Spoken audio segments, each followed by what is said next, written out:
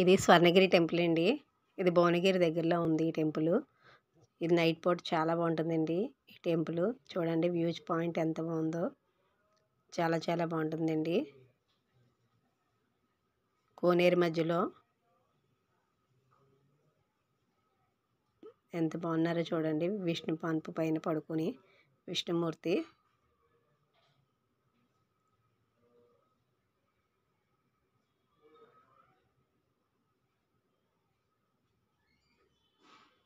Night పూట రోజు బ్రహ్మోత్సవాలు జరుగుతాయండి ఇక్కడ.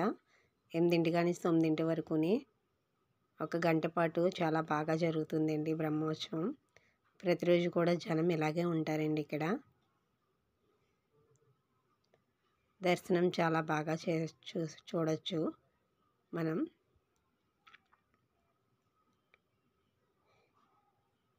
చూడండి కోనేరు మధ్యలోని